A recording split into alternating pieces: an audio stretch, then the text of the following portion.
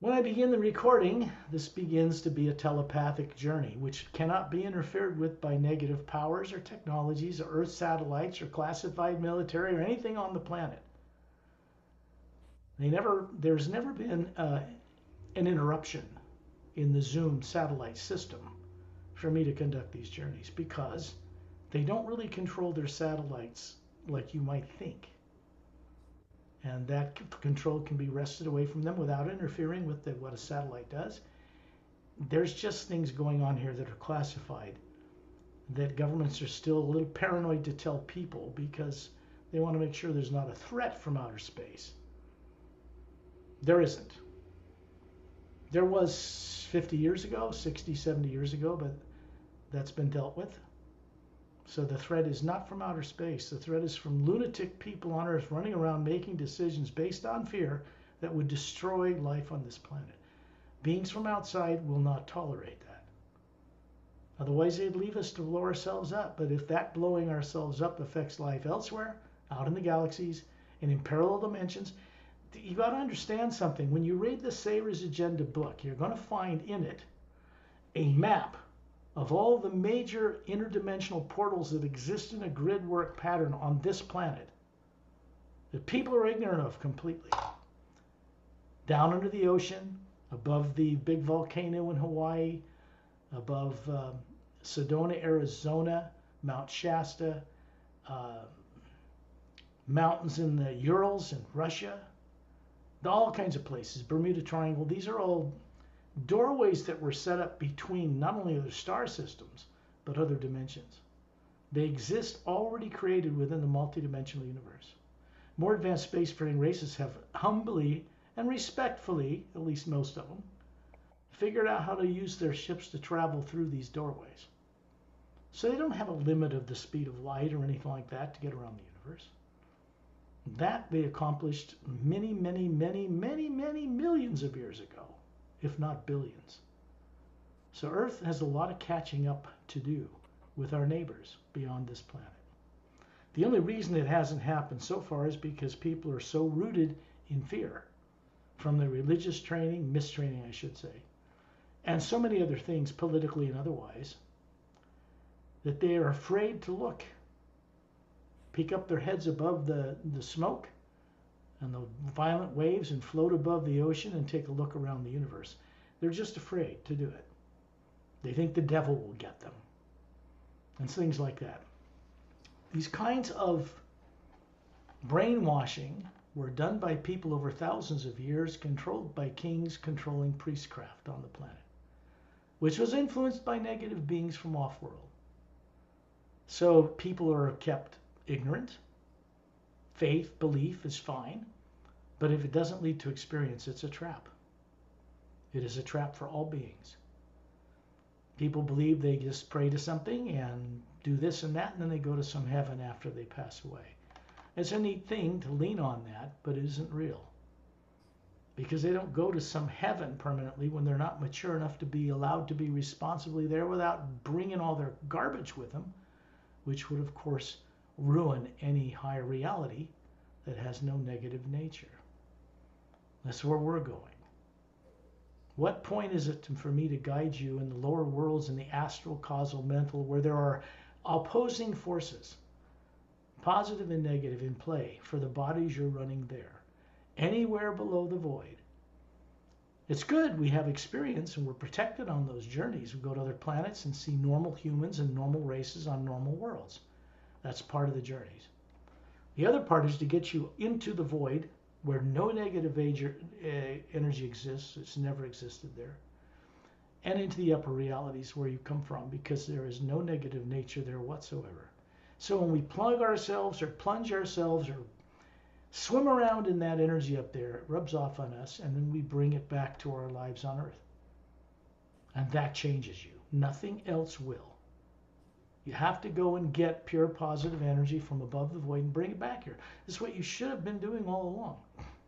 But if you've been made to forget that, or lost that, or forgot it, or had it squashed out of you by tyrants and numbers of lifetimes and lower worlds, you get to be on Earth, you don't remember anything at all.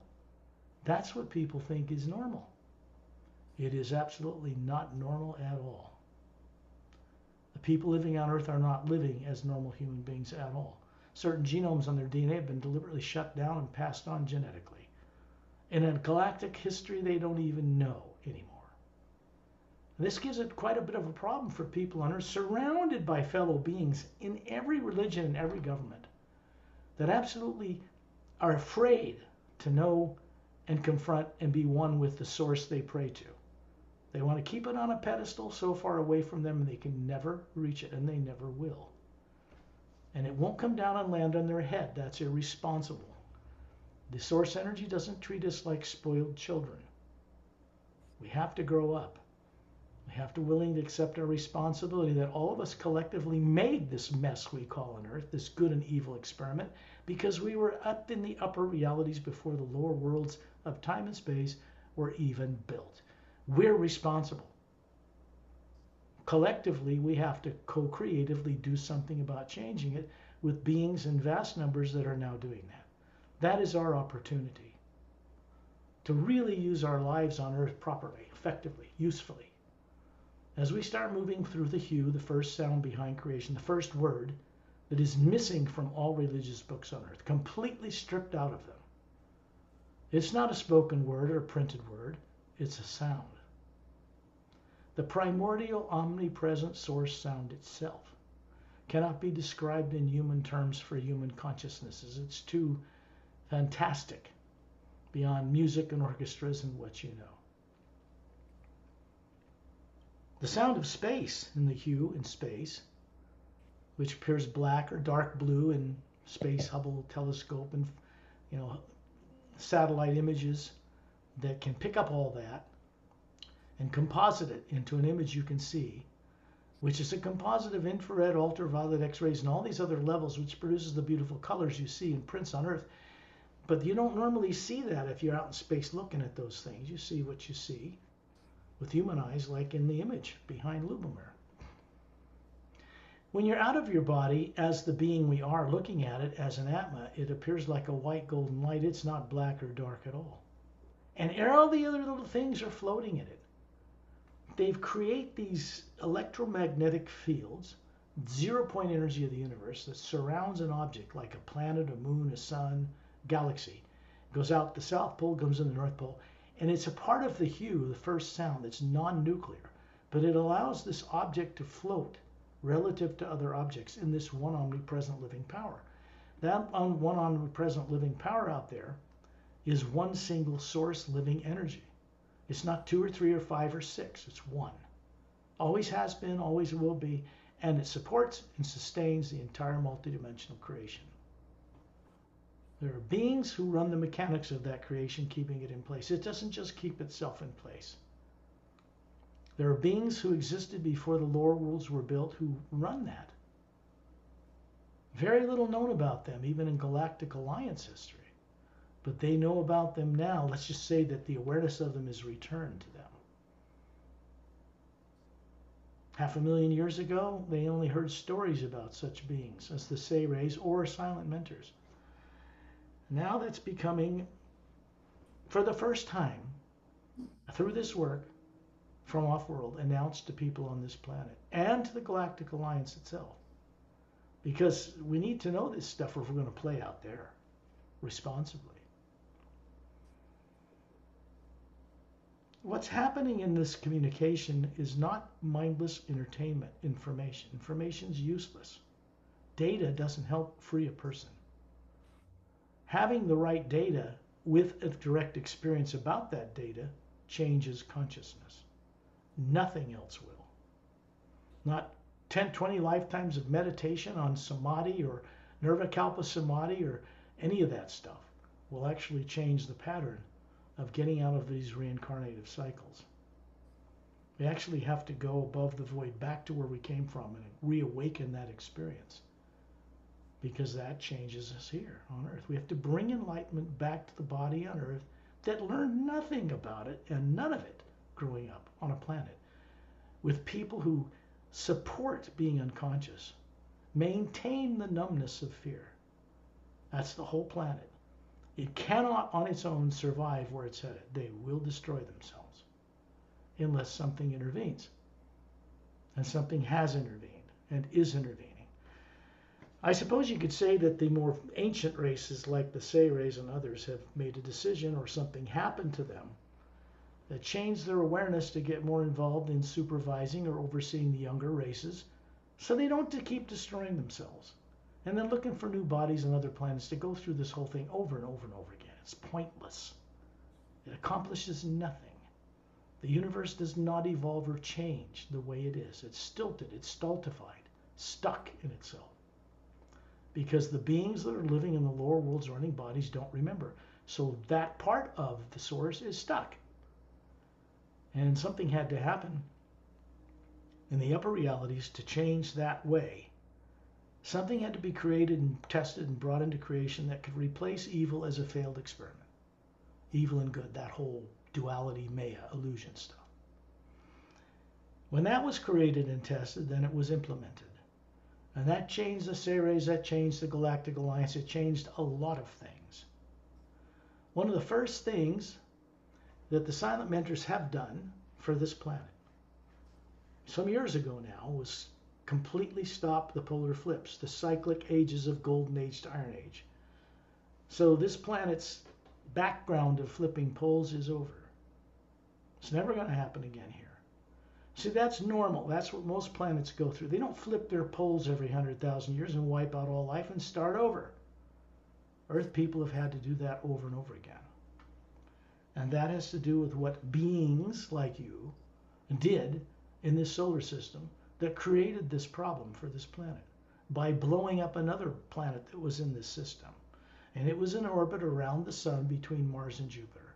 Roughly twice the difference between Mars and Jupiter, between any other planets. How does an asteroid field circling at high speed in the orbit of a planet get there in the first place?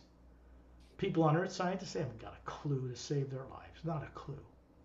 Because they don't remember the history of what happened. They were there. Most of the people on this planet were there. Most of the people on Earth today were maybe not in Lemuria, the last cycle. But they were out on other planets long before they get caught, found themselves here. Now I'm going to mute your microphones because then we get just a better recording quality. That's good. Okay, and you can always turn them on if you have to, no problem. So this, when I start recording, the beings I work with are already connected through the omnipresent force, which is moving through me and moving through you.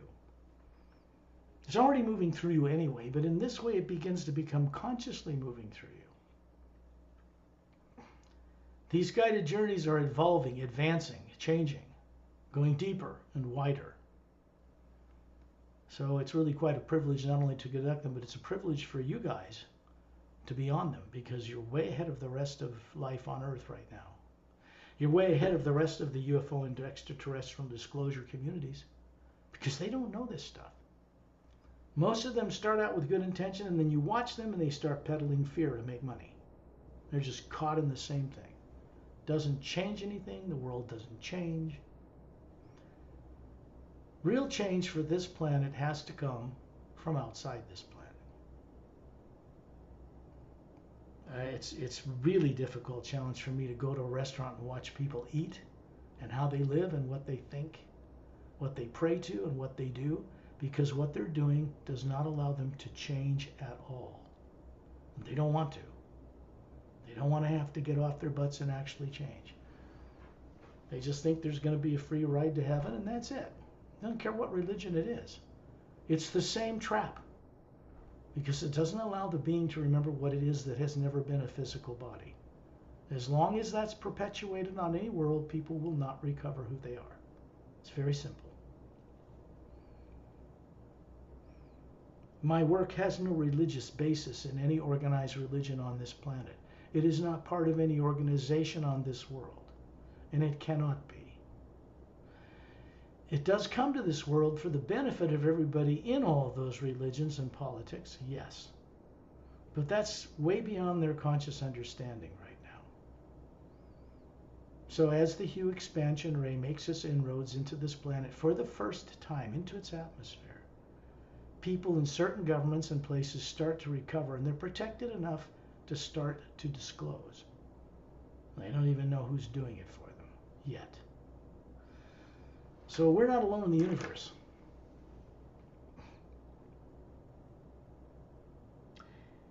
The Galactic Alliance citizens, all of them in more than 450 million planetary systems, not single planets, planetary systems, in multiple parallel dimensions within the physical universe, are trained in ways you cannot imagine from birth. They know when they're coming into a body when it's born, and they're not born like they are with Earth women. They don't grow up over 20 years to become adults like Earth people. That's because the DNA's been tampered with on the DNA on humans on Earth and passed on genetically. Something happened a long time ago that created that situation. People that have been caught and forced to be on Earth have had their genomes stripped or shut down to keep them from remembering who did it to them. That's beyond the implant process. That's part of the genetic structure, the inherited genetic passing on of things for people on Earth, which should not, of course, be here, because that's not normal. Earth was put in a predicament 500,000 years ago in a treaty at the end of a great war in our galaxy, which made it like a Switzerland, really, hands off. Nobody, no one race could own it. Good guys, bad guys. It's been kind of like that, which has put people being trapped or put on Earth to incarnate here in a dilemma, because they can get as far as 100,000 years and then all life pretty much is wiped out on the planet. Then it has to be recolonized. How many colonizations of this planet do you think have happened in 65 million years since the end of the big dinosaurs came to an end? That's how much history is missing from awareness in you and others.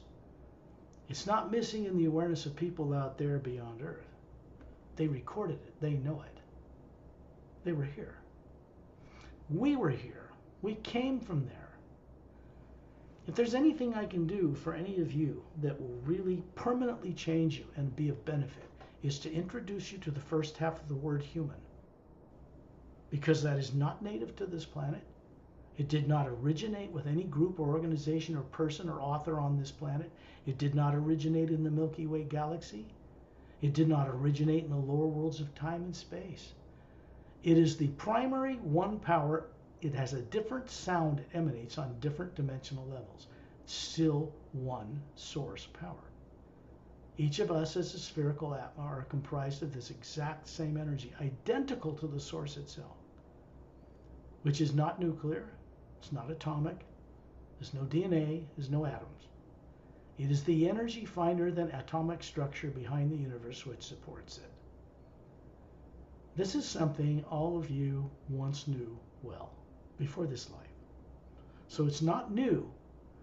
Some new things have changed out in creation, which you're becoming aware of through this work. That can't be reversed, fortunately. So what has happened for Earth is the obvious, what people call Armageddon. People have been praying for the end of the world so they can go to some free heaven, they think. It's a very irresponsible attitude, because it means they remain childish. They don't do a creative part to help change what this world's like or the rest of the universe. And they come from the source. So in reality, we're responsible for our little part in it. So the more we wake up, the more we allow this hue expansion ray, this new change in omnipresent living power, to move through us. It imparts a certain wisdom to us as it moves through us on its way to benefit others. Now, that cannot be reversed. It's one way, which is our ticket, our way to finally recover who we are, remember who we are, start operating as the beings we've always been, run bodies with happiness and serenity of being, but not be in the illusion that we are a body. You can't keep that thing. You're not supposed to keep that thing forever. That's not what is in eternity. The Atma is you, the real you. When the hue crosses your path, it cannot be patented or copyrighted or owned or possessed by anybody on Earth, because it isn't possessible. And if you try to possess it, you're in trouble, because it'll just burn through whatever restrictions somebody places on it for money or anything else. No, you can't sell the hue. It's not for sale. It cannot be controlled by beings, individual beings. It's way beyond that. We have to cooperate with it, not the other way around. When we cross paths with it, it begins to see us differently out of hundreds of billions of years on countless lives. It begins to see us as potential to become a co-creator, which we were supposed to do in the beginning. And then it starts to work with us differently. You go through trainings and tests, and just like a university in a way, but on a whole different level than anything people are taught on Earth. And those tests and how we pass them has just to do with you being able to trust yourself with the responsibility of using higher faculties correctly. There is only one proper use of power. Only one. Only one. Everything else traps the individual. And they lose their connection to source. Well, they don't lose it, but they go through the illusion of thinking they have. And that one thing is to use all power, all things, all energy for the beneficial uplifting good of all life. And to do that, which is required, we have to know what that life is in the grand multidimensional creation. We once did. So you might as well recover that part of yourselves. Because you don't need to discover how to do that in the infinite future ahead of you. You need to recover what was taken from you or suppressed first. And along the way, you gather the wisdom to know how to become free as a co-creator and never be vulnerable to be trapped again. That is unique about how this work was developed outside of this planet and brought here, because it was. I didn't learn any of this growing up on this planet against my will. I had to recover it along the way in silence. I couldn't tell parents or family or anybody else what I knew. They were drinking, smoking, and it was impossible. Couldn't have been done. They had me locked up with white coats in some rubber-lined room back when I was having experiences with beings from other worlds, because the governments were paranoid as hell about them. Guys coming here in ships so advanced it scared the pants off of generals and presidents, because they had no weapons, no technology to defend us against a possible incursion from a tyrant race. Tyrant races, however, is who they made a treaty with. The dummies.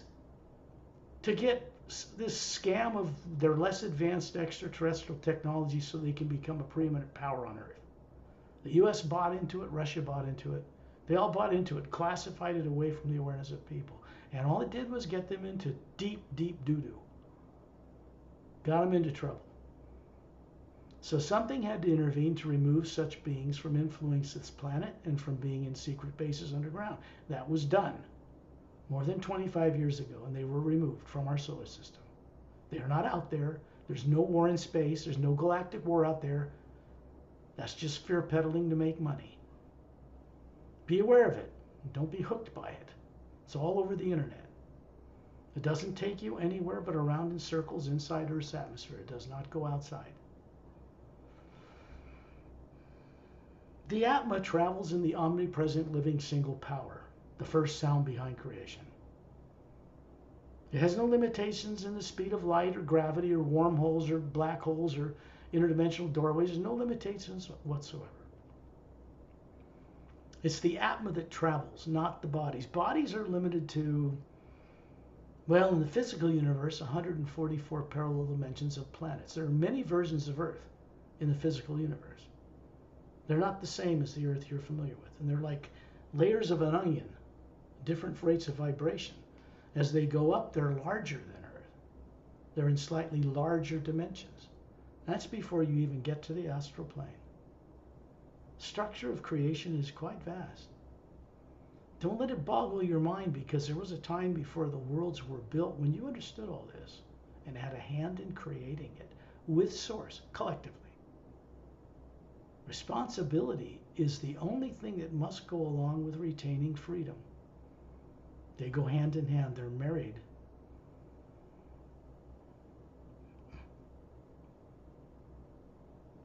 There's a Galactic Alliance couple. For some of you, I don't know if I've ever described them to Lubomir or Vince, but in case I haven't, I will do that briefly now for their benefit. It doesn't help for you to hear it again.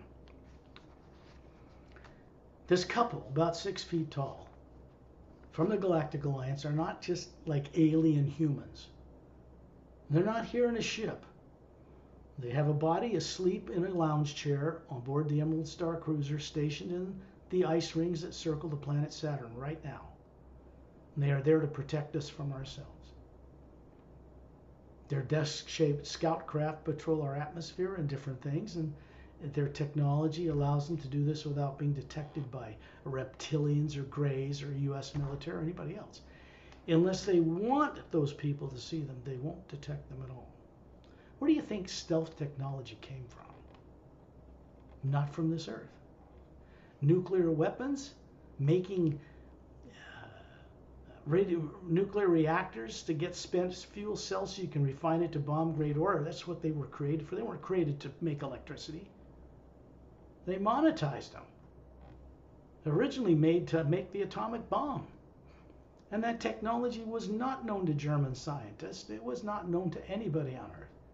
It was illegally snuck in here, which means World War II was actually created and influenced by extraterrestrial bad guys. And they were stopped. So you have to think about this correctly, and then all the world comes into a focus. We don't blame anybody on Earth. That's silly, because it didn't start from Earth.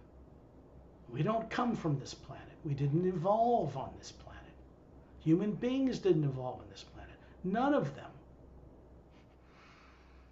When I'm saying this to you, it's because it's also moving through you and awakening the consciousness of this that you once knew, until it becomes more and more confident in your own being.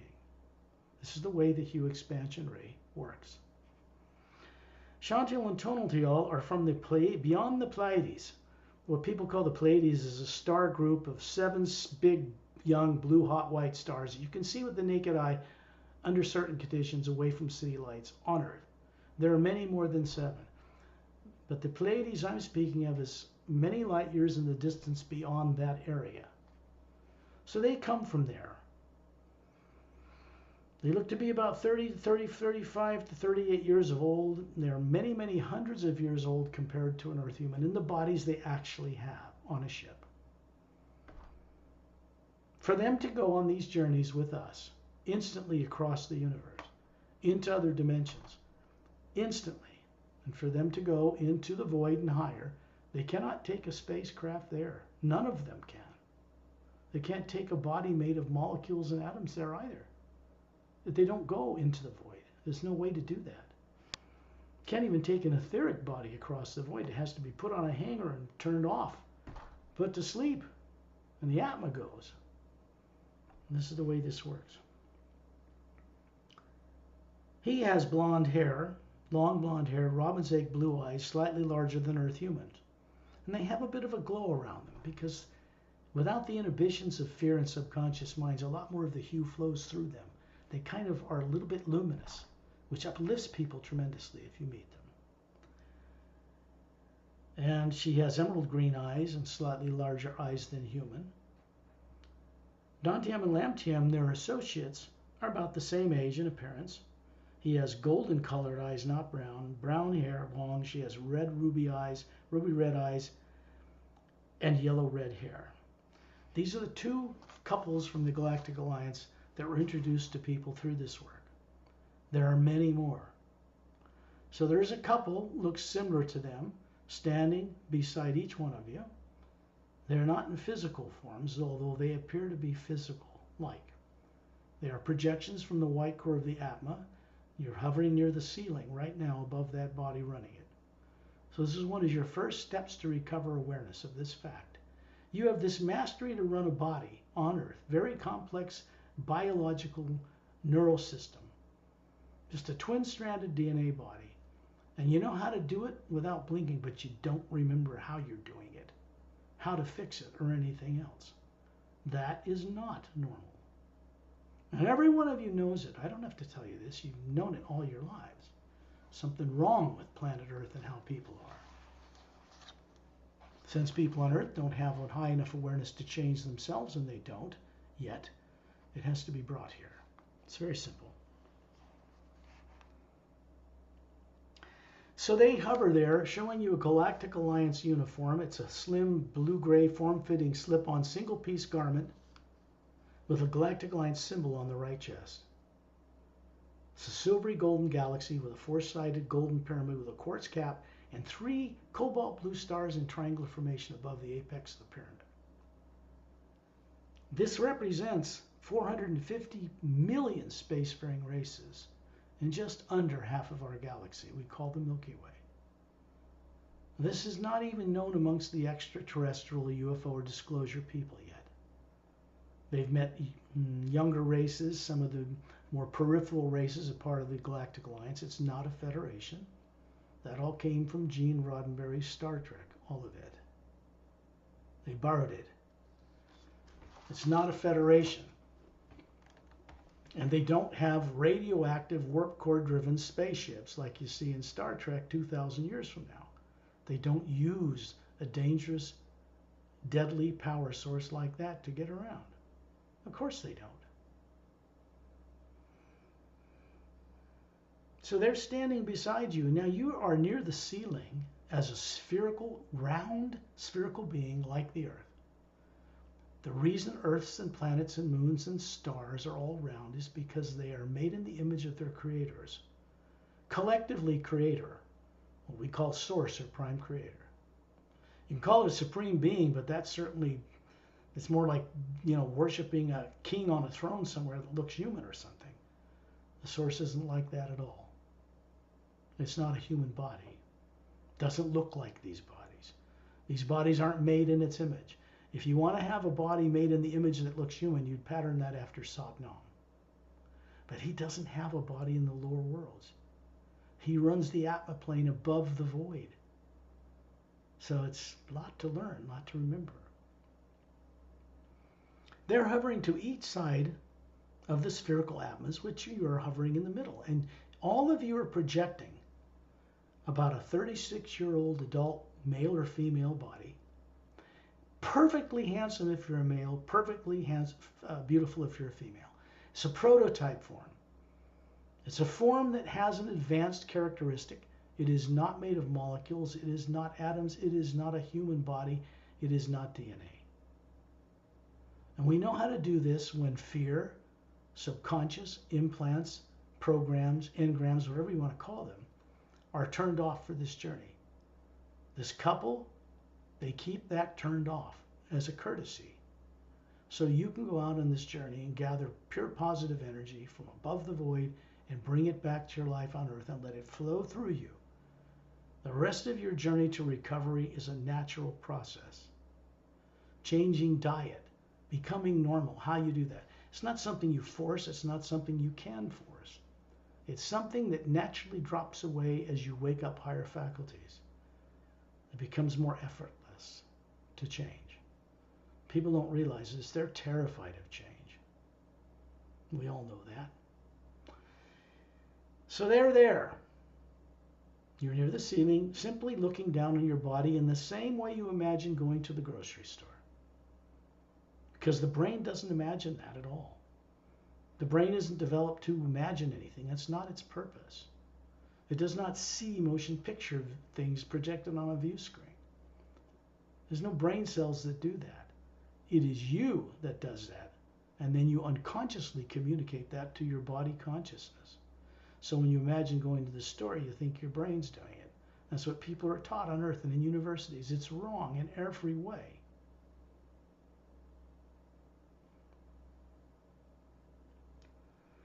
The creative imagination isn't something made up. It is the ability to look into the multidimensional creation and see and know things.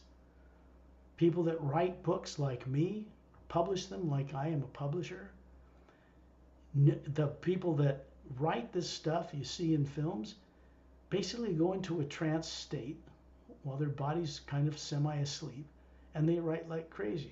They're writing what they're seeing. 5 million years ago, far, far away in another galaxy, that's exactly where it happened.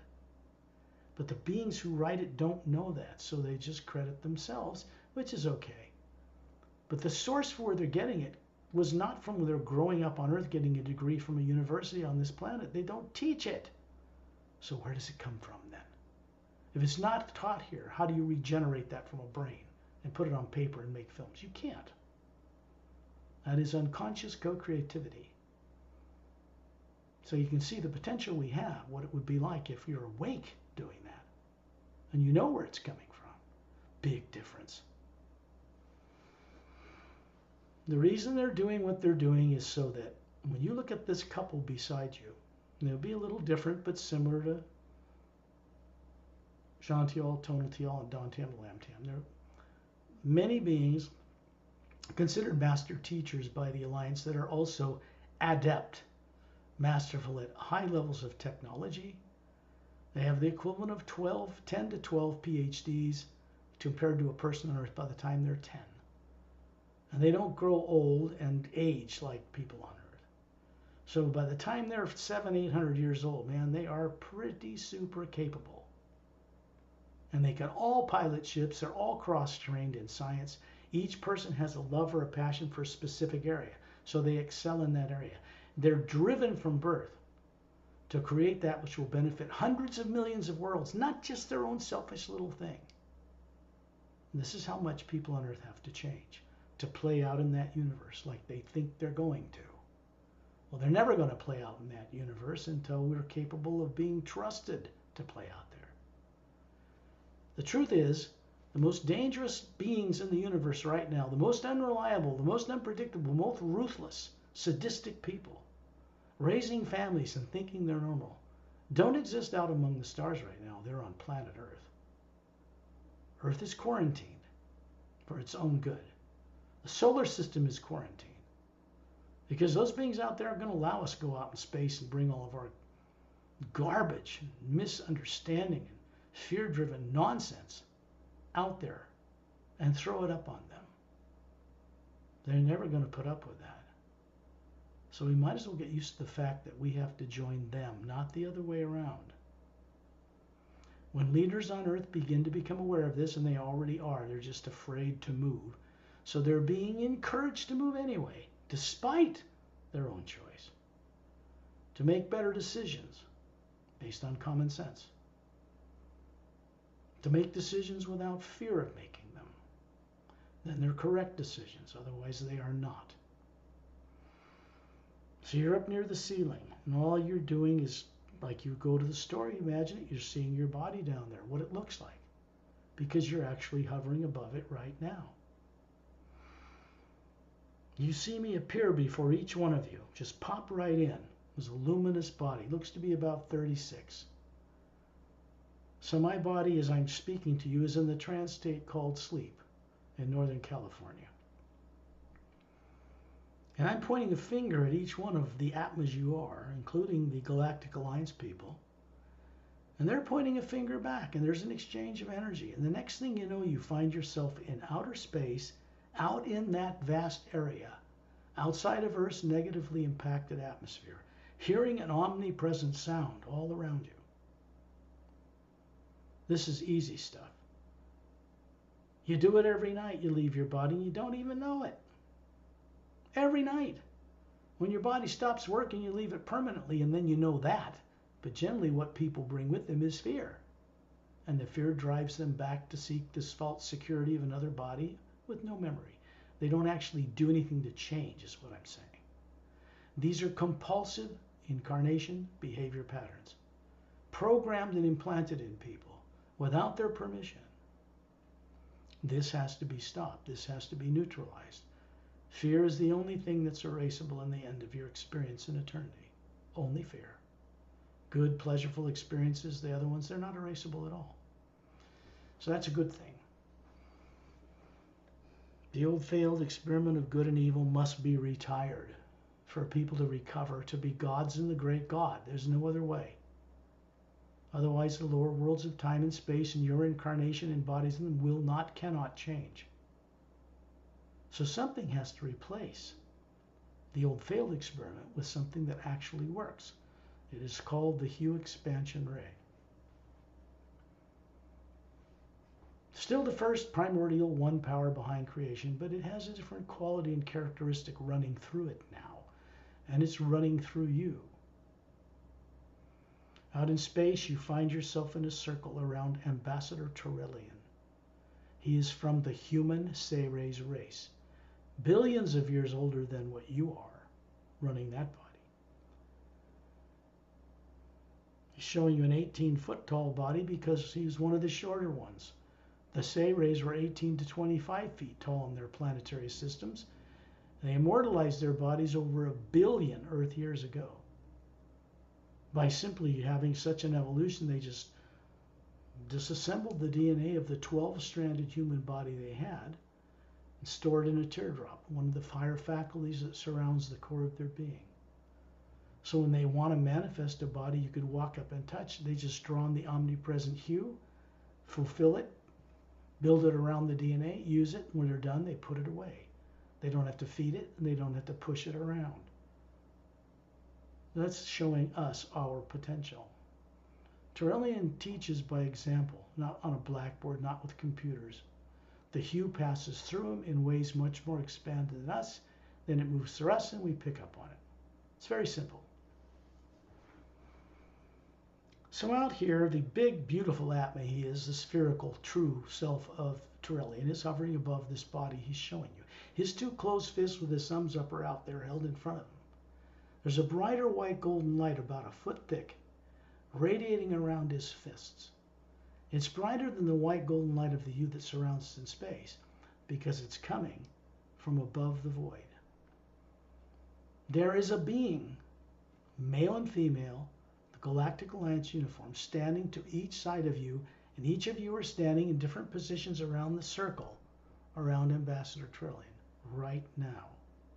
The sound we're hearing sounds like a deep, almost soft rumbling, almost a humming, almost like thunder, but not frightening, no lightning. It is the sound the physical universe, the hue, makes in the physical dimensional level of creation. In the astral plane, it becomes a universal sound like the soft crashing of an ocean wave consistently on a beach. It has different tonal levels through 144 parallel dimensions of the astral plane, where all emotion comes from and where emotion moves matter. In the physical universe, effort moves matter. In the astral, emotion moves matter. In the mental, thoughts move matter. And you have a body in each of these planes right now. You're responsible for them, even if you did forget all about them. And even if they've forgotten all about you, you're still running them. These are what people refer to as their higher selves. There's no evidence that I've ever found on this planet that people's higher selves give a hoot about them or even are aware they're here or even care about them, because they've been caught in the same trap. So when we go on these journeys, we are moving through those forms on our way up to the void. And we're coming back to those forms on our way back to get them awake, to kick them in the ass, to get them aware of each other, waking up and doing what they're supposed to be doing, helping you down here. They have to be awake and aware to do that.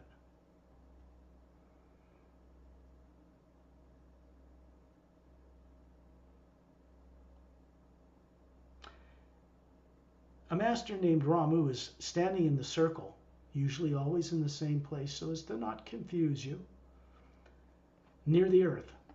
He has a crystal quartz staff about 6 feet tall he's holding in his right fist. Has an old symbol for the eternal life from ancient Egypt, which did not originate there.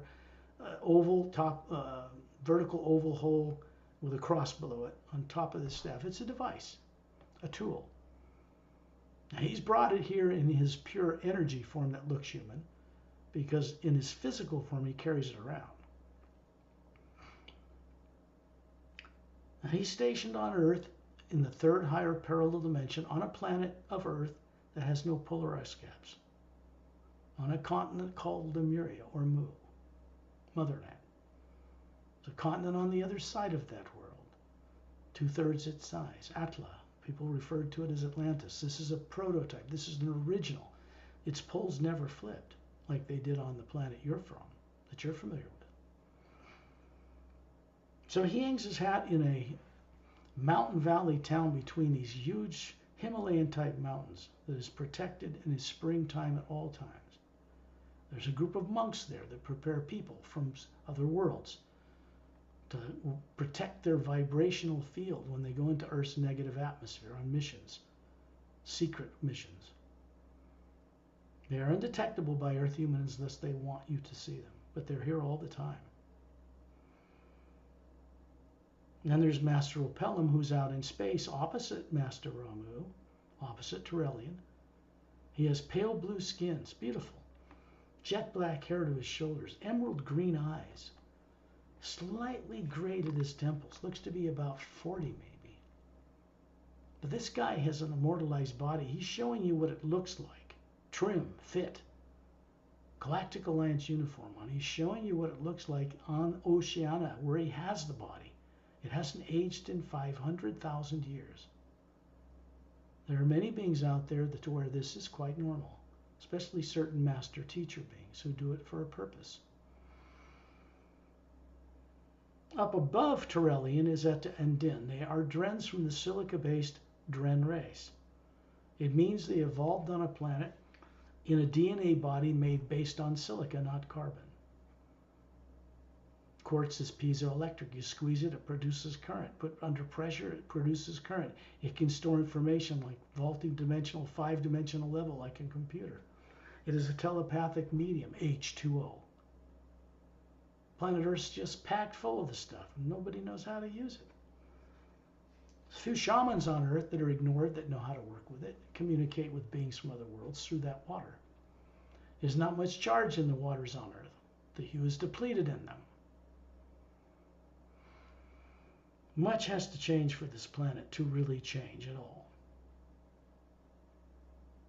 Out here in space, up there's Eta and Din, 3 feet long from the tip of their cute noses to their root of their tail, which is glowing like bright crystal opal in sunlight, because they evolved as a biological race, a much higher nervous system, to be able to defy gravity and fly through the air of their planet in their own atmosphere. They have a symbiotic relationship with Opelum, an Oceanian, one of the most ancient human or humanoid races.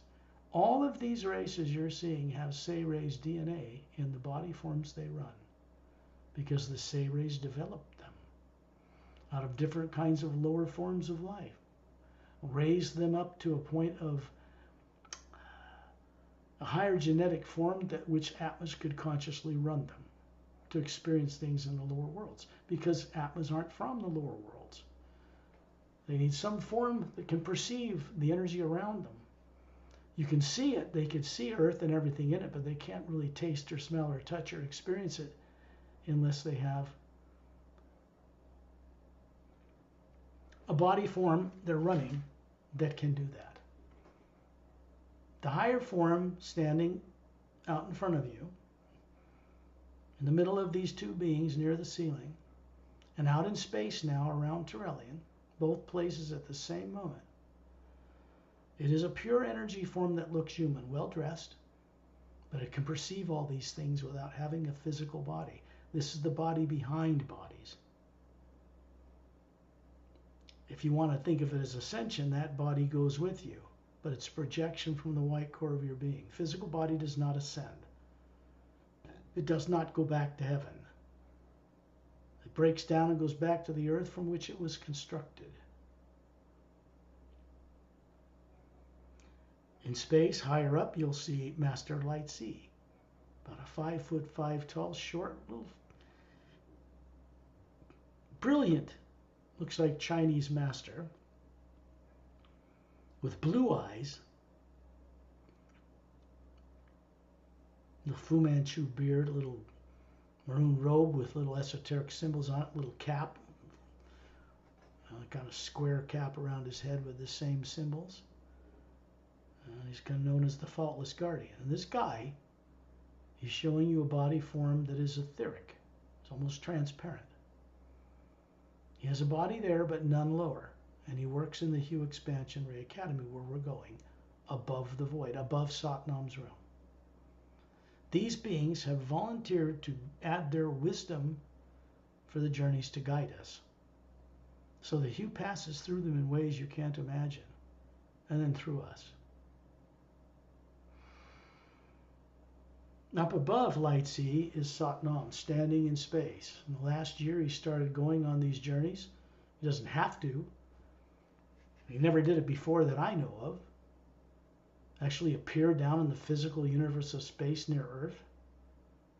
That's something. He has a white tunic dress on from his waist down to his bare feet. He's bare-chested, strongly ripped, strongly built, 2 gold bracelets on each of his upper arms. Bronze-skinned, bald head. Looks to be about 36, but he's actually ageless. Golden eyes, glowing, not yellow. And above him is an hourglass-shaped, golden white, whirling vortex clockwise. Around it is whirling slower, a blue-green energy field, like water. And through this tunnel, through the narrow section on the other side, you can see, looking up past Turellian and past Etendin and Starlight. And Starlight, my cat is here too, by the way. He was my cat on Earth more than almost 2 years ago. And he was first brought, when his body passed away, I took him to see Satnam and dropped him off there. And Etendin have taken a personal interest, and he's really advanced. His tail's glowing. He's hovering just above Etendin. He's teaching. They're teaching him things. These are master teachers. They're not human. The Atma hovering above them, it looks like the Atma hovering above you. It's the first thing you understand. Wow, it changes everything. When you look up through this vortex, which has got a kind of a pale golden white light revolving around it, you can see a brilliant, what I call brilliant, but pale blue, cobalt blue, luminous light in some atmosphere of some celestial space on the other end of that vortex. That is the void. We have created this vortex to bypass the lower worlds of time and space deliberately.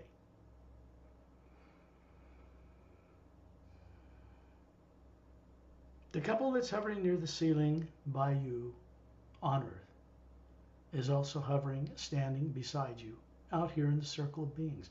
There are couples of master teachers in between each of us in this circle, over 24. They're going back with us to the Hugh Expansionary Academy to do a session of teaching there. They come from different places in the Galactic Alliance. There's the Internamus race on the other side of the galaxy and other dimensions. And they are master teachers, all of them. The purpose of their presence here is to rub off on you as the Ek moves through them, as the Hugh moves through them. Not the Ek, that's an old term. As the Hugh expansion ray moves through them, it rubs off a certain kinds of their understanding and vision of the multiverse. And up above Satnam are 4 couples of silent mentors. They're the most advanced beings in creation. They've started going on these journeys. 4 couples, about 36, single white, different colored robe on, bare feet, long hair to their shoulders, different colored hair, different colored skin. When you look in their face, you don't see facial features. You see a white golden light where a face would be. And when you look into it, you see level upon level upon level of galaxies in the various dimensions. This is how they think. They run the entire mechanics of creation. Worlds, galaxies, dimensions, doorways, all of it. They keep it, maintain it, and hold it all in place. They have nothing to do with training individual Atmas to become co-creators. But they are beginning to take a hand in that in one place, in the Hugh Expansionary Academy, which is up above and beyond that vortex we're going through. First, Turellian is showing you something. Out in space, up above, in between these beings and the portal, you begin to see 4 pyramids, golden-sided with quartz caps, glowing with a radiant light around them, a blue antigravitic light, hovering in space, 4 places, equidistantly spaced. There's a fountain in each of these. It has a statue of Satnam in it. They are devices. They have just appeared here around us for the first time. And then they divide into 4 more. And they dart off into space. And the first thing you see is they position themselves in between individual stars on the way to the core of the galaxy. And they start working. There is a ray of energy connecting them. Anything passing through that ray is changed. So this is part of disclosure speeding up. They just wanted you to witness this, I suppose. Now we're going to send out the hue I am. I'd like you to join me. Do it silently in the sanctity of your own being. And then understand that Turelian and Ramu and Opelum and Lightsey and Etta and Din, even Starlight, my cat, and Leanna was another cat of mine that's blended with him. They're all here. These are very evolved Atmas now. And there's 4 couples of silent mentors in 4 equidistantly placed, like the pyramids, around Satnam. Up above him is the opening, wide opening of this vortex. They've already created that here. Now we're going to add our co-creative input to the hue to it, and it's going to light up bright, and then we're going on a journey. This has all been preparation. The sound around us begins to change from this deep humming rumbling to the high single note of a most pure crystalline-like flute. And it has a magnetic quality to it. The light starts to grow bright around us. The energy coming from Turelian's closed fist is creating an oval-shaped, transparent, golden white light around us, like the hull of a spaceship. The sound is moving us upward. Satnam is already moving quickly. You can see him receding. The Atma he is much bigger than ours, bright and beautiful, hovering above the body form he chooses to show us. And it's moving up into the center of the narrow neck of this hourglass-shaped spinning vortex. And we join him in a group of people around Turelian, who's the central focus point for these journeys. Keeps it kind of focused together on something constructive. I'm standing beside him. The rest of all of these other master teachers and you are in a circle around him, inside this hue-created bubble, oval shape. So we join Satnam, and he points through the walls of this barrier, and it's transparent. And you can see from this middle section all these levels of galaxies, bigger than the one below them, going down to the Milky Way galaxy. You can see from where you are, hovering there in space. In the distance of this luminous golden light, between Milky Way is our next nearest neighbor, Andromeda. And then there are many others. And then we're suddenly compelled upward at tremendous speed. We come out the other end of this vortex and find ourselves deep inside. A different sound in this pale blue luminosity everywhere. You can see through the vortex, looking down, and see Turelian and all of us down there, hovering below the bottom of the opening by Earth, with its barren moon. It doesn't turn on its axis as it orbits the Earth. But everything around those spheres is a white golden light. That is the hue itself, first omnipresent sound behind creation. And then that vortex vanishes, and we look around us now. Everywhere around us, as far as you can see in any direction, is a pale cobalt blue light, the void. Many people think this is the realm of the Supreme Being because there's nothing there, no thing but this energy. It is not the realm of the Supreme Being. It is a realm of pure hue energy, no negative nature in it whatsoever. It's a barrier between the upper realities where we come from and the lower worlds of time and space, where positive and negative things play. And we're moving up at tremendous speed, and way up high in the distance you see what looks like a diamond-like, brilliant, glowing particle of light. As we approach it, it expands.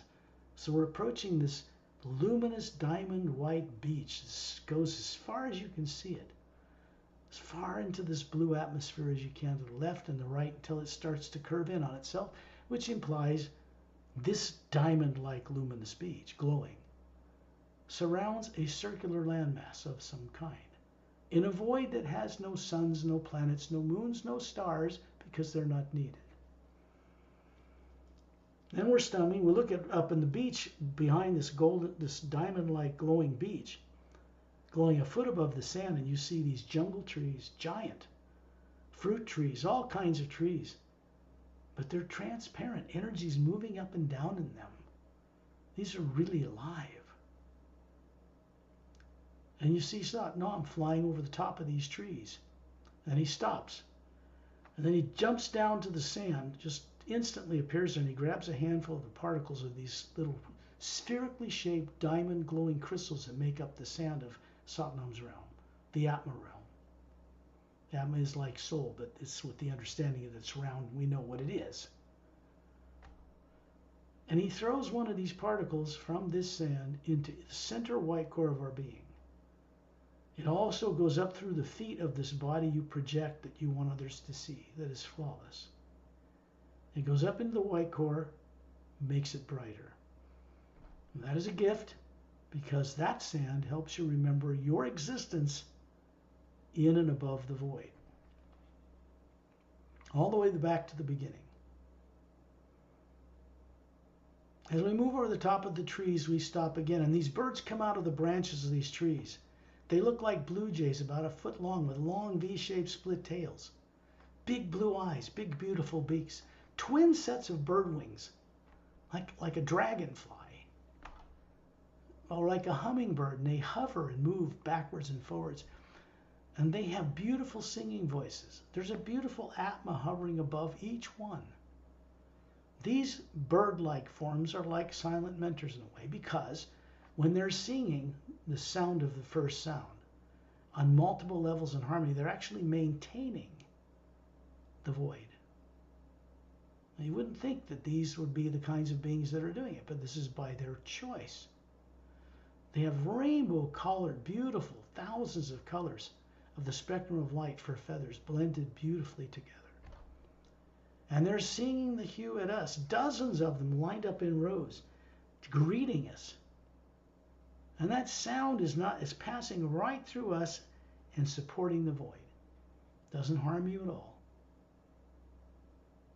And they go back to their business and fly down in the trees. It's as simple as that. In the next instant, we are now moving over the top of the jungle inland, and you see a long diagonal snow-capped bluestone mountain range. Right below us is a clearing, 100-foot wide stone floor, white, like alabaster. There's a fountain in the center of it, made of a white alabaster type scalloped edge stone, and there's a statue of Satnam standing in it, with his palms facing outward, by his hips facing outward.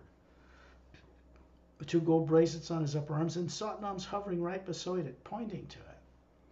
The sound here, you can hear that high, beautiful note of a flute, drawing us upward.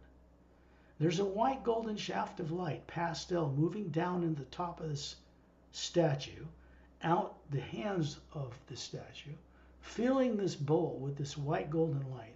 It's pouring in an even glistening sheet around the outer edge of the scalloped fountain. There's a white marble sitting seat, flat like a donut, 12 scrolled legs holding it up. There are 12 golden cups on 12 hooks on the outer edge of the scalloped edge of the fountain. Now each one of you find yourself hovering around that.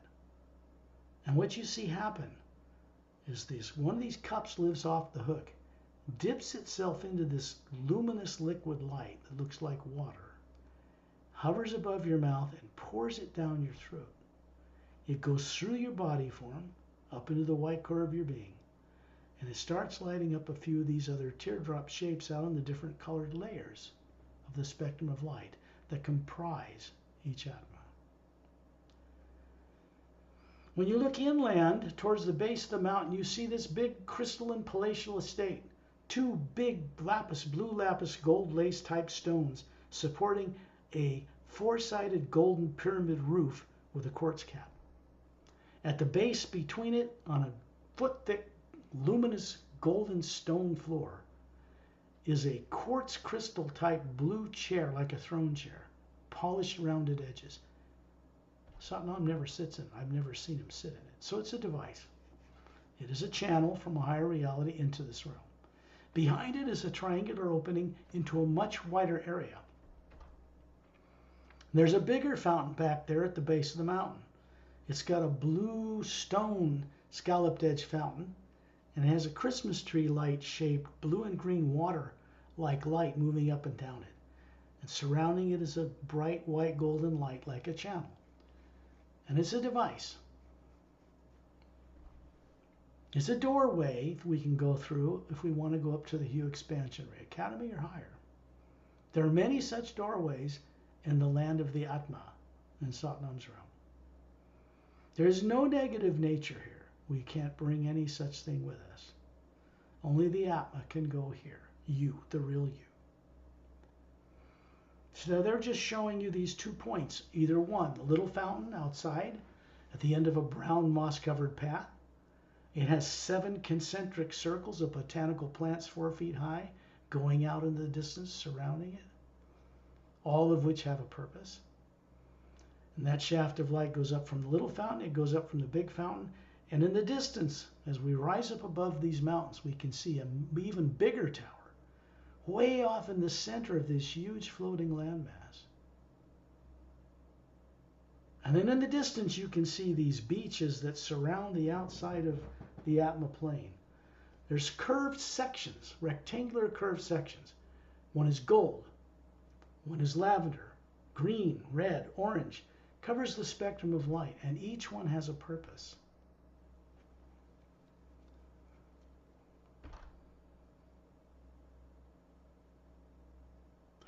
We find ourselves suddenly hovering through that triangular opening by the palace in front of this big fountain. It's like 10 stories high. It's pretty big. You can see this almost like a Christmas tree of this blue and green water moving up and down it with golden white light around it. It creates a kind of a, I wouldn't call it purifying. It's an attuning type of light. So the Atma has been prepared to go into higher frequencies in pure energy that has no negative nature. Now we're inside that Christmas tree light, moving up the shaft of white golden light around Terrellian. I'm still by his side. Satnam is remaining in the Atma plane. He's still standing by his own fountain. And he points upward. And we're moved upward. When you see this shaft of light up in the very top edge of what this cobalt blue atmosphere, which is very brilliant around the Atma plane, there's a donut-shaped whirling vortex where this light's coming from. Thousands of little tiny cobalt blue stars are orbiting it in a circle, and we're shot through it to the other side. We are entering a special parallel dimension created between the top of Satnam's realm and the 6th realm. The shaft of light goes all the way up to Source itself, many dimensions above the Atma plane or the Hue Expansion Ray Academy.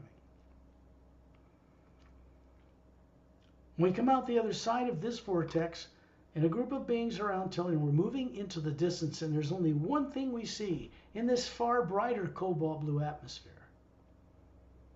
We see a single circular floating landmass with a diamond-like white beach around it, much brighter than in Satnam's realm, and 6 snow-covered bluestone mountain ranges way in the center of this floating landmass.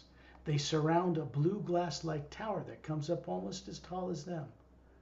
2/3 of the way up this blue glass-like transparent tower is an oval administration area. It has a fountain in it. But it's not a statue of Satnam in that one. It goes up to a minaret point. At the base of these 6 mountains, you can see these horseshoe-shaped tunnels, golden light coming from them, and out of each one is a white road, stone road, straight as an arrow. They go all the way out to that surrounding beach. And that beach here is one color, this diamond white light. And just like the spokes of a bicycle hub, in that they cover the entire round circular landmass. And along each roadway, like the western one, if we look west, The first turn to the right goes into a clearing with a giant four-sided golden quartz-capped pyramid. That's a teaching facility that is manned by Light Sea. To the left is a grain silo, ivory-colored dome building. Looks like a grain silo. And it's where the double-edged sword of the source itself is tested with people. Down the roadway, left and right, are other teaching facilities. Down each roadway, north, south, east, and west, there are other teaching facilities.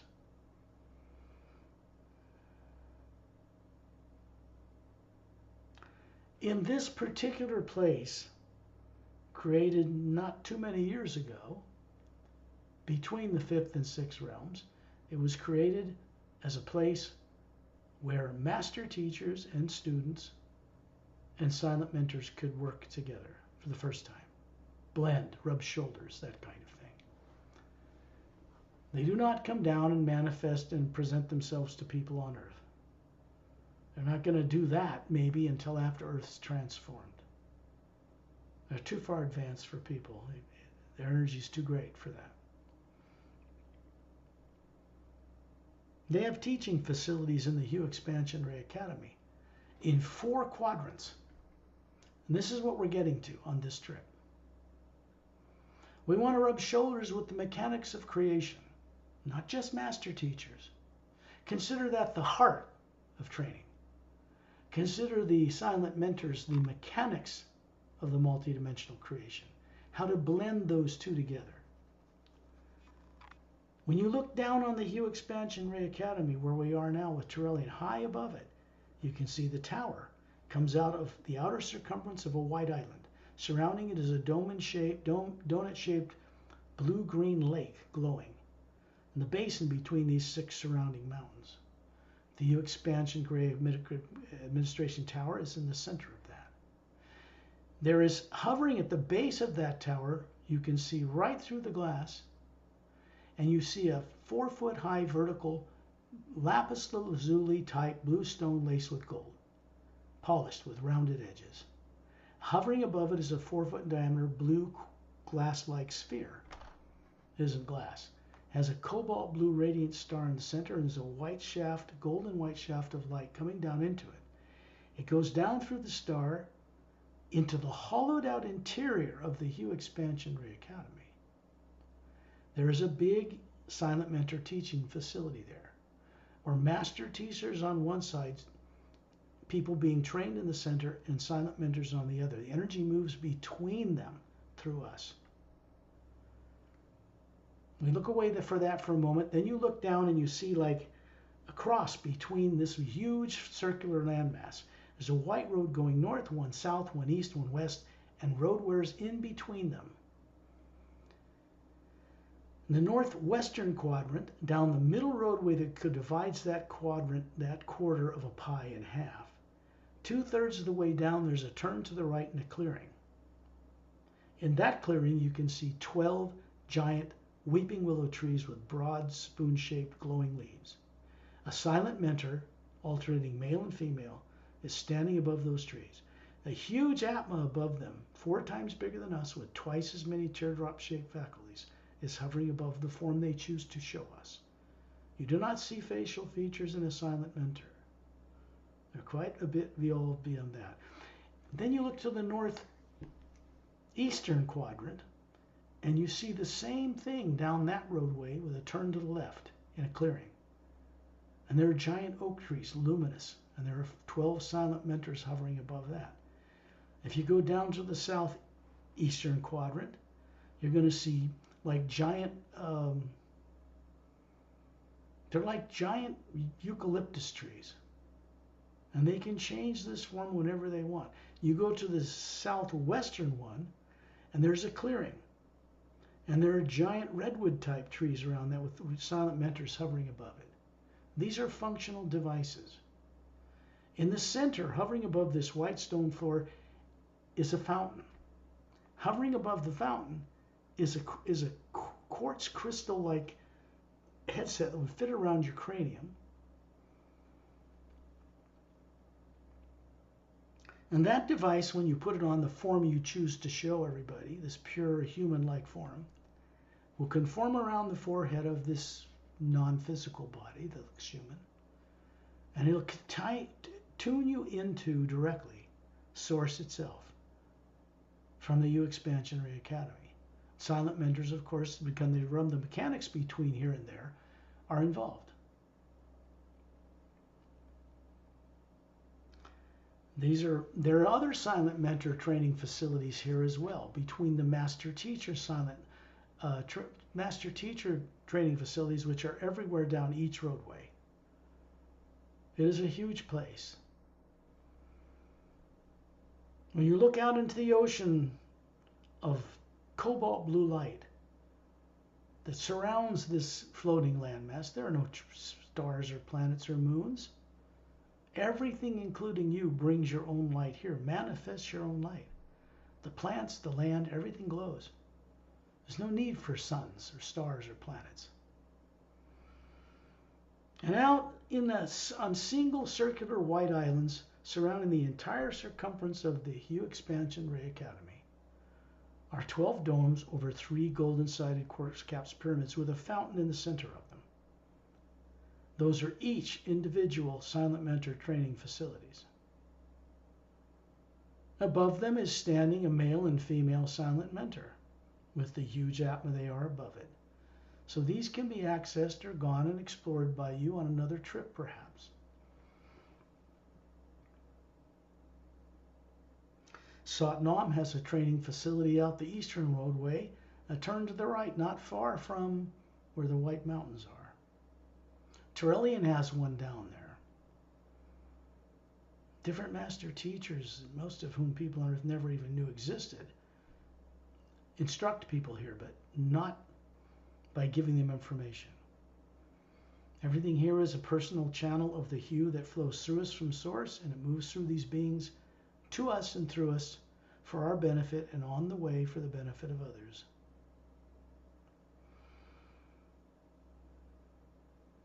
We find ourselves now down inside the hollowed out, wide oval interior of the Hue Expansion Ray Academy. This is directly below the Hue Expansion Ray Academy Tower, centered between the 6 mountains.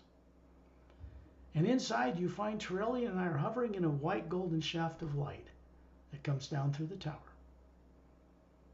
And there's 12 white leather-like chairs facing away from this center towards the interior perimeter of this hollowed out area. And behind the chairs are tall weeping willow type trees, like there are in the northwestern quadrant. And there's a silent mentor hovering above each one, alternating male, then female, then male, then female. One has a blue gown on, one has green, one red. It covers the spectrum of light. 12 colors anyway. And a silent mentor form hovering above the tree, and then the Atma they are hovering above that. Now what's happening is here, as you sit that form, you show each other down in that white chair. You are the spherical Atma hovering above it. It's tactile, so you can sense and feel things like it's a body. The energy coming down through Turelian and myself is passing through us in the Atmas we are. It's moving through the Atma you are, down through the physical form you are, and out to and into the face of all 12 silent mentors. That means each of us get 2 silent mentors apiece, 1 male and 1 female. There's 6 of us. The energy coming down through these individual golden white shafts of light to the silent mentors is passing through the form they show us and right back through you and through the Atma and right through us and up the Atmas we are and right back up the shaft of light all the way back to Source. What we're doing here is becoming prototypes. The Atma we are is being changed into something that will be a perfect blend of some aspects of silent mentor unlimited capabilities and master teachers, which is the heart energy for training individuals. This has never happened before in creation, ever. This is new. And it's in the Hue Expansion Ray Academy where we can rub shoulders with these beings. So when we're done with that, we're now in a circle of beings around Turelian with an oval golden white transparent feral light around us like the hull of a spaceship. And we're shot up that shaft of light in the center of this hollowed out interior chamber. The next thing we know, we're coming out of the trunk of a massive tree. It is a white golden, like a fir tree with silver, golden silver needles and branches. It's just gigantic. We come out of it and we're hovering in this area that is like on fire. It's not harmful or frightening, but it's orange and red and green and blue and violet, moving everywhere like gargoyles and disappearing and coming back into the energy. The roots of this tree are massive. They disappear into this multicolored fiery light. That is the raw energy of creation that comes from the source. Next stop up. There's a being. It's more massive than any you've seen. His name is Agam Purusha. He is the one being that regulates the power of eternity and distributes like a transmitter down into the other worlds through these vortices. He's aware of us in the inner core of the white core of our being, wherever we are at all times. Because that power is what makes us up as individuals. He regulates it. It's not his job to change it. His job is just to support it. So he approaches us. He's given us permission. We just came out of this thing he calls. He says it's the tree of life. He wants us to focus on each single needle on every branch of that tree. And when you focus on just one, you'll see a planet represented in that leaf, in that little needle, or a galaxy, or a doorway, or a portal. Everything in the tree of life, everything that exists is contained in the tree of life. This is the big tree of life in Agam Purusha's realm. The sound here cannot be described in human terms. It's like the most breathtaking orchestra and angelic voices singing with perfect vocal cords, and all you hear is this hue until it's blended into one omnipresent, surrounding, fiery sound. And then, all of us in a group, we enter through those branches, pass right through them. We're going up the trunk of this tree and we're shot upward. When we come out the other end of this tree, we are now in another realm. We see this more fantastic cobalt blue atmosphere surrounding everything. In the center is one single shape, like a galaxy, a silver golden light. And there are individual, looks like stars revolving around the center of a galaxy. There's a white island in the hollowed out interior. And there's a huge type of atma hovering above this island in this center. And we're moving as a group between what we thought were stars, and we begin to realize they are individual, just massive atmas. The space between us is just very vast, so we don't have any problem of bumping into anyone. We're moving into the interior until we're in a void, approaching this white island. It's glowing brighter than anything you've seen before. And hovering above this island is a type of like an atma, right? Massive compared to us. Thousands of layers of colors of teardrops. And we're moving right through those teardrops with lots of space between them as a group of beings until we find ourselves suddenly in the center of the source or prime creator itself. There's no throne. There's no being sitting here with a big staff or something. This is the center of all creation. The sound here is, not just a high note of a flute or little glass chimes or bells, music, sound, voices. It's blended in such a harmony that it changes you. So we're in the middle of this energy. The white core of our beings cannot be distinguished from the white core of this, whatever it is. It isn't a single being. It is a nexus of all the one power, living power of the hue itself. And it is speaking to us because it can do that. It is a connecting point for all atmas that run all bodies that are individual drops out of a mighty ocean of this light. And it says, welcome home. And it's telling you to remember to bring back this experience with you to your body that's in the trance state called sleep back on Earth. Just tell yourself you'll do it. And then we find ourselves suddenly coming out of another tree, smaller, still gigantic, identical to the tree of life, but as we come out of it, it's growing out of the center of a foot-thick golden quartz floor, and it's at the base of an inside of a four-sided, golden-sided, quartz-capped pyramid in the U Expansion Ray Academy. And Light See, this little Chinese guy, is hovering there, welcoming us to his training facility. The little needles on the trees, the trunk of this tree, as massive as it is, the tip of it goes right up underneath the point of the inside of the pyramid. It represents all the forms and planets and things that exist in the lower worlds of time and space, below the void. We just passed through that. And Light See welcomes us here. Remember, he teaches here, and he has a body in the etheric plane just below the void, but he doesn't have one in the mental or causal or astral or physical. So these are very advanced master teacher beings.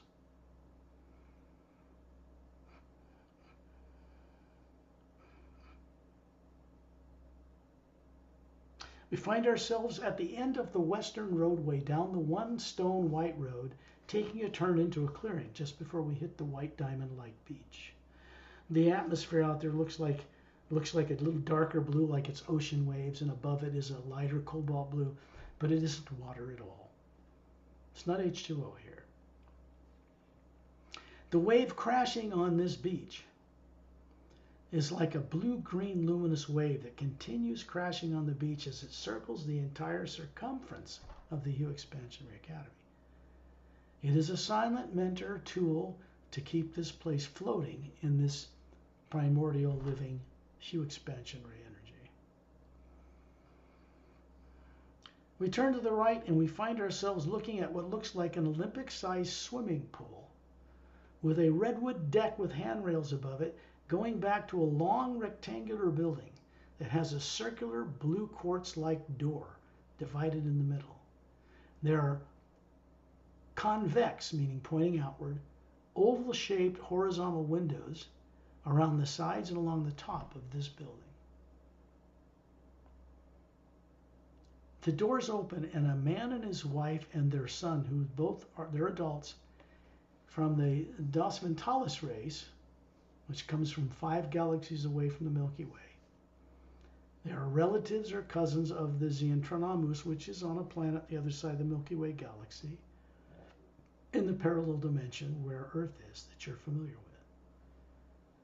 The sun is half their height because these beings live, well, they don't age. The forms they're showing you here look just like the forms they have on a planet still in that galaxy. They've been unaged for several million years. The sun is half their height because they don't grow their full height in over many thousands of years. And they're opening this door, goes into the walls, it's like transparent blue glass, and we enter, and we're now looking at a soccer field-sized stadium with a luminous green grass, changes from violet to luminous to blue, and it's just simply glowing. And up in the center of this, hovering 2/3 of the way up in the inside of the atmosphere here, is a transparent golden sphere of light. In it is a radiant cobalt blue star. It's one of the faculties connected to the source of Prime Creator itself. And we find ourselves inside that sphere, all of us in a circle, all of us. And in the blue star, our hands begin to wave. What we're doing is we are starting to co-create with the one source energy from our unique being without negative influence, helping to change and transform the lower worlds of time and space because it is our responsibility. You see things form. You see the transformation of Earth. Earth appears in the middle where the star was. Begin to see energy moving around the planet. The oceans start to glow like they should. And people recover who they are as an Atma. and then we're invited to be a member of the Galactic Alliance. Offered the technology, cures for all disease. You want to immortalize a body, no problem. But you have to be awake and responsible. The next thing, we find ourselves coming down a vortex of light made out of this ocean, offshore, way beyond these 12 silent mentor dome teaching facilities. Ambassador Trillian's hovering above a whirling vortex made of this cobalt blue light, and we're suddenly shot down it until we find ourselves hovering in space by Earth in a circle of beings around Trillian. There's the Earth you're familiar with. Suddenly the Earth changes, and you see no polar ice caps. You see a big continent centered over the equator from the left to the right hemisphere. And down near the South Pole, about a third of the way up from it, is an upward curved half-moon shaped glowing green sandy beach. The moon circling this Earth has an atmosphere and little mountains and little rivers and little oceans and domed cities. It turns on its axis as it orbits the Earth. The other side of this land is another continent 2/3 its size. We'll call that continent Lemriel. But it isn't the Lemriel that sank on Earth when the poles flipped. This one never changed. It's clean, it's pure, pristine. Galactic Alliance people, silent mentors, occasionally come here. The Sayrays do. Opelum certainly does, and Etta and Din all the time. There's a mountain range in the center like the Himalayas, but it's a much bigger continent than anything on Earth. And this is where Master Ramu hangs his hat. A place called Agam Des, Shambhala, Shangri-La, whatever you want to call it. So he's in the physical universe, physical body, but it's 3 parallel dimensions up from the world you know. We find ourselves wiggling our toes in the emerald green sand of a big half-moon shaped beach. There's a brown moss-covered path cutting through these jungle trees that are luminous. It goes several miles inland to a single snow-covered mountain range, a single snow-covered mountain, and a dome, clear dome covering a city at the lower plateau to the west. There's a waterfall coming out 2/3 the way up the mountain summit out of a cavern opening. It's pouring down a sheer cliff face thousands of feet. It's glowing. It has a phosphorescent, a luminous quality to it. It's disappearing in the blue-green forest trees that surround it. There's 3 golden-sided quartz-capped pyramids in the back of that city, surrounding a long ivory-colored dome building. Back at the beach, there's a couple standing there 10 feet tall from a world system on the other side of the Milky Way galaxy. So they're here in the 3rd higher parallel dimension, showing you the form they have on that planet. Longer necks, longer fingers, longer toes, beautiful, long silver, almost like silver metallic hair, violet colored eyes, ivory colored skin, Atlas hovering above them, and the woman's got her 2 hands up. They're glowing with the green light, and you can see that she's actually charging that beach. So we'll go on another journey to their home world another time, but a little particle of this green sand, this round polished like emerald crystals, moves up off the beach and enters the white core of your being. It goes out into the green layer of teardrop-shaped faculties and turns some of them on. That has to do with your recovery of your awareness of all the lives you've lived that matter in the lower worlds of time and space. It's a gift. You find yourself hovering above your body back on Earth, and this couple from the Galactic Alliance is hovering there still. The white golden light of this journey, which you've asked to bring back to your Earth body from Source, is passing through your form, the Atma. It's passing through your sleeping body, through you for your benefit and on its way for the benefit of others. It passes through the walls of your home. It connects to 3 pyramids that have been manifested on Earth. 2 at the bottom of Earth's deepest oceans. These are massive pyramids, golden-sided, quartz-capped, statue of Satnam in the center. It's a tool. They look like physical matter, but they aren't made of physical matter. There's one in a hollowed out interior of a mountain in the Himalayas on the earth you know about. The energy we just brought back is moved through them, through you. And it's projected to a bigger pyramid hovering stationary between two stable asteroids in the asteroid field that circles at high speed in the orbit of a planet around the sun between Mars and Jupiter. It's beamed from there to pyramids appearing between stars. Then it's beamed from them to the white core of the galaxy, and up that white golden shaft, 0-point toroidal energy, non-physical energy that supports all creation. And it goes back to the source where we just came from, and it never stops moving, and it only moves one way now. So we're back. When you're ready, open your eyes.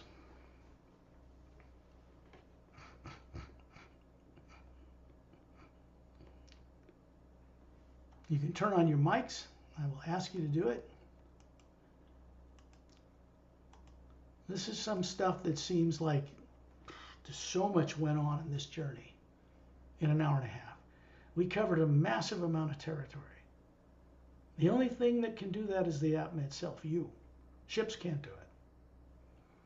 You could spend 1 billion years playing with all the universes and galaxies in the lower dimensions and still not discover any of this. So you might as well discover it now. You're running a body on Earth. Here's the thing I didn't share with you. When we came back down into the lower dimensions, we passed through the etheric, mental, causal, and astral. And waking up those forms you're running, getting them aware of each other more and more to help you down here. And if we don't do that, then there's not much chance of you waking up at all. You need them waking up too. So consider that you are now an Atma that is waking up, running this physical earth body, and it's being transferred to your higher selves to wake them up, not the other way around.